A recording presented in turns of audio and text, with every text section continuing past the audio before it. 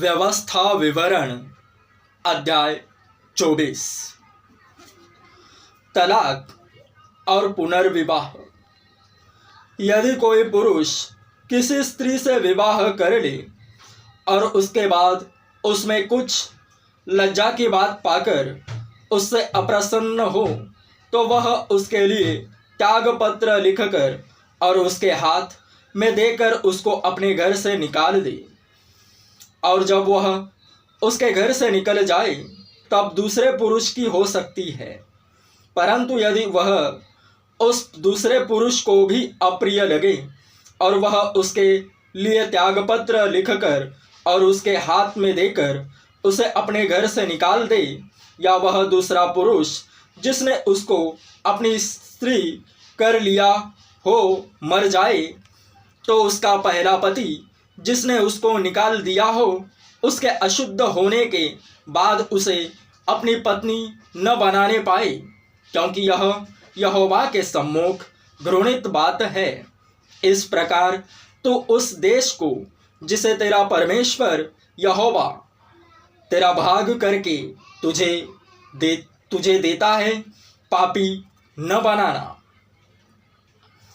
अन्य नियम, जिस पुरुष का हाल ही में विवाह हुआ हो वह सेना के साथ न जाए और न किसी काम का भार उस पर डाला जाए।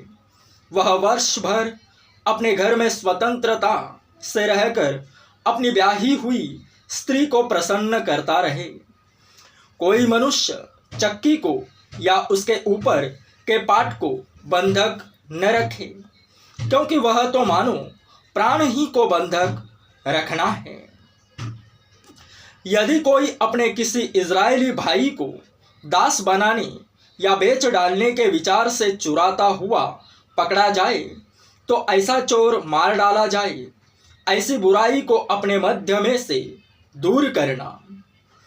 कोढ़ की व्याधि के विषय में चौकस रहना, और जो कुछ लेवीय याजक तुम्हें सिखाएं उसी के अनुसार यत्न से करने में चौकसी करना।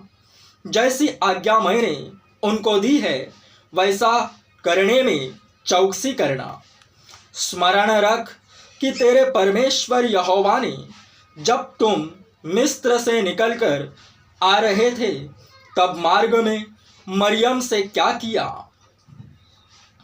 जब तुम अपने किसी भाई को कुछ उधार दे तब बंधक की वस्तु लेने के लिए उसके घर के भीतर न घुसना।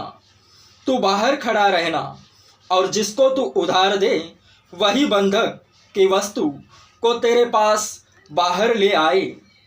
और यदि वह मनुष्य कंगाल हो तो उसका बंधक अपने पास रखे हुए न सोना। सूर्य अस्त होते होते उसे वह बंधक अवश्य फेर देना, इसलिए कि वह अपना ओढ़ना ओढ़कर सो सके और तुझे आशीर्वाद दे, और यह तेरे परमेश्वर यहोवा को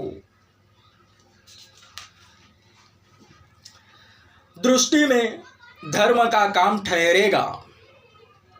कोई मजदूर जो दीन और कंगाल हो, चाहे वह तेरे भाइयों में से हो चाहे तेरे देश के फाटकों के भीतर रहने वाले परदेशियों में से हो, उस पर अंधेर न करना, यह जानकर कि वह दीन है और उसका मन मजदूरी में लगा रहता है। मजदूरी करने ही के दिन सूर्यास्त से पहले तू उसकी मजदूरी देना। ऐसा न हो कि वह तेरे कारण यहोवा की दोहाई दे और तू पापी ठहरे।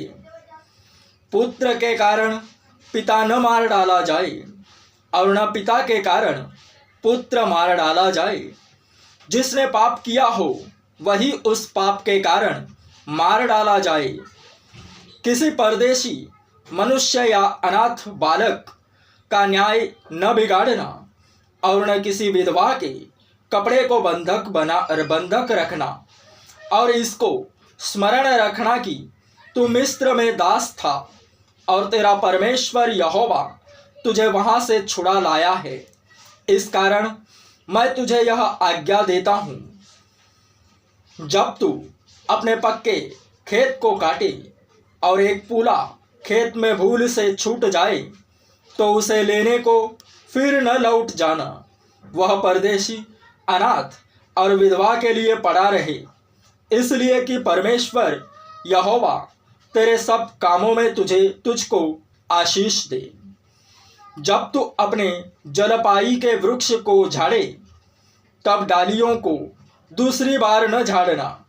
वह परदेशी अनाथ और विधवा के लिए रह जाए। जब तू अपनी दाख की बारी के फल तोड़े तो उसका दाना दाना न तोड़ लेना। वह परदेशी अनाथ और विधवा के लिए रह जाए। और इसको स्मरण रखना